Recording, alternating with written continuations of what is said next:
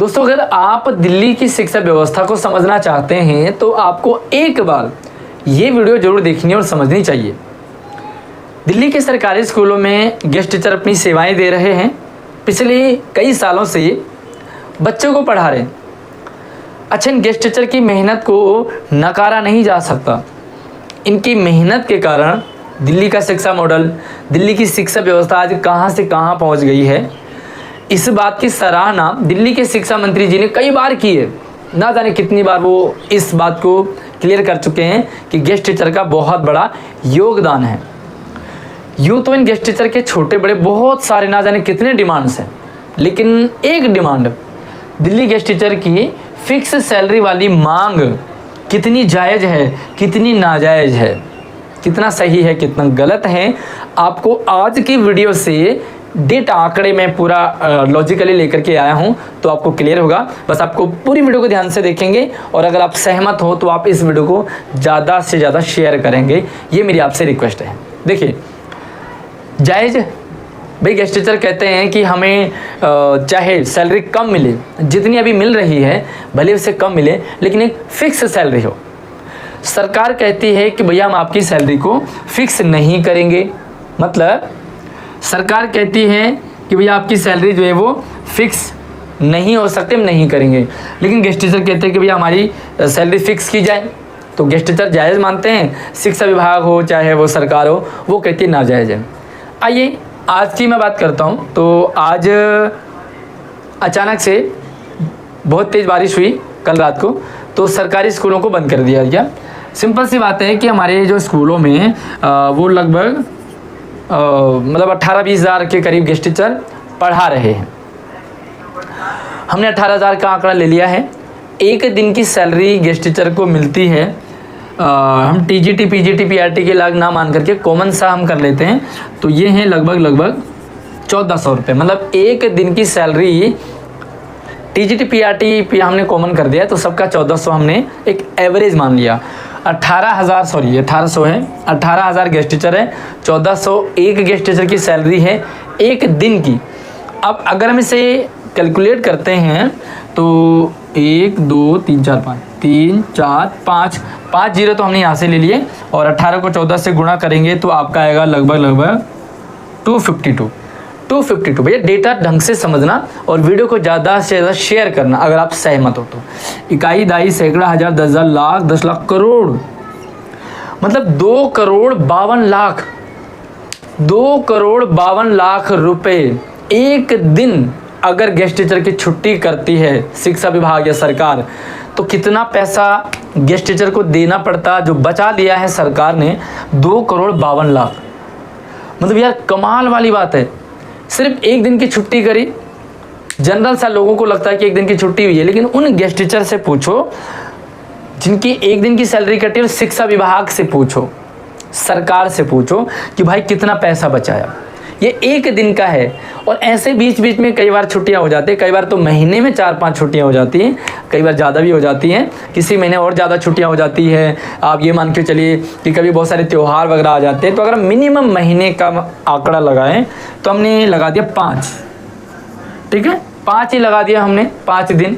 तो अगर हम इसे 5 से कैलकुलेट करते हैं तो ये लगभग आया 1 2 3 4 5। हमने ये 5 जीरो इधर ही कर देते हैं, 1 2 3 4 5 जीरो हमने यहाँ कर दिए। और अगर आप 252 को 5 से गुणा करेंगे तो 5 दूना होता है 10, 5 पंजे 25 और 1 26 और 5 दूना 10 और 1 11। इतना ही हो रहा है क्या? ओ 12। तो ये कितना हो रहा भैया एक बार ध्यान से समझना आप।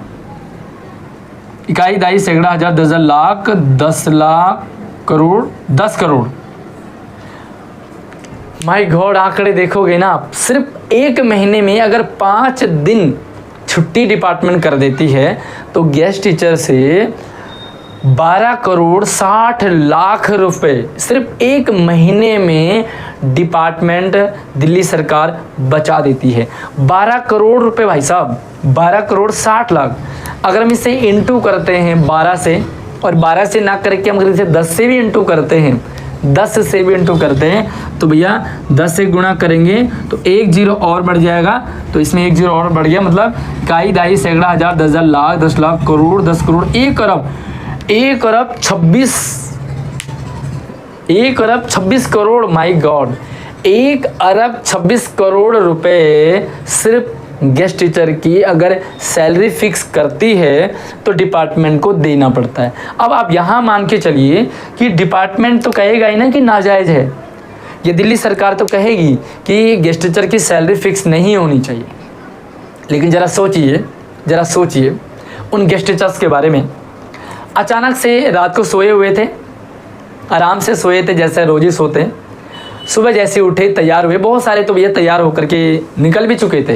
ये हमें पता लगा कि कई साथी निकल चुके थे, बाद में पता लगा उन्हें कि भाई आज तो छुट्टी है। अब आप ये मान के चले कि तैयार होना, घर से निकलना, अचानक से पता लगता है कि छुट्टी है, तो मतलब सीधा का सीधा आप ये मान के चलिए कि एक दिन की सीधा 2 करोड़ 52 लाख रुपए सरकार ने बचा दिए और उन गेस्ट टीचर का नुकसान हो गया। तो दोस्तों आप ये मान के चलिए कि अगर सैलरी ज़्यादा ना मिल करके फिक्स मिल रही है तो फिक्स सैलरी मिलने में कितना बेनिफिट है एक गेस्ट टीचर को, और नहीं फिक्स करती है तो कितना बेनिफिट होता है सरकार को, शिक्षा विभाग को। ये मैंने आपके सामने पूरा डेटा रखा हुआ है और ये ऊपर नीचे भी हो सकता है, ये क्योंकि टीचर्स के ऊपर नीचे होने पर डिपेंड करता है, लेकिन मिनिमम इतना तो लगभग एवरेज है ही। तो दोस्तों साहब मैं ये कहना चाहता हूँ, सरकार से कहना चाहता हूँ गेस्ट टीचर्स के पॉइंट ऑफ व्यू से कि सैलरी फिक्स ही होनी चाहिए। अचानक से छुट्टी कर देते हो, भाई क्या रोल है गेस्ट टीचर का? अचानक से कोई ऐसा सर्कुलर आ जाता है कि भाई 3 दिन की छुट्टी, 2 दिन की छुट्टी, कभी बाढ़ आ गई, कभी गर्मी हो गई, कभी सर्दी हो गई, कभी मतलब ये चलता ही रहता है। देखो सर्दियों में छुट्टियाँ होती हैं ठंड के कारण, गर्मियों में छुट्टियां होती है ठंड के कारण, बरसात में भी ये बारिश हो जाती है, तो ये छुट्टियां मतलब हो ही जाती हैं। तो आप ये मान के चलिए, और जनवरी का महीना, अगर मैं दिसंबर और जनवरी के महीने की बात करूं तो जनवरी के महीने में सिर्फ 8-10 दिन ही गेस्ट टीचर अपने सेवाएं दे पाते हैं। रही बात मई की, तो मई में सिर्फ 8-10 दिन ही होते हैं। लेकिन अगर सैलरी फिक्स हो जाएगी तो ये भी थोड़ा सा निश्चिंत हो पाएंगे, भाई एटलीस्ट सैलरी तो मिल रही है। अब छुट्टी होती है, अचानक से प्रॉब्लम आ जाती है गेस्ट टीचर को, है ना। तो बस सरकार से मेरी भी रिक्वेस्ट है, आप लोग भी रिक्वेस्ट कीजिए, और आपको क्या इसमें ऐड ऑन करना है, क्या आपको लगता है क्या गलत है क्या सही है, उसको आप कमेंट में रख सकते हैं। आप सादर आमंत्रित हैं।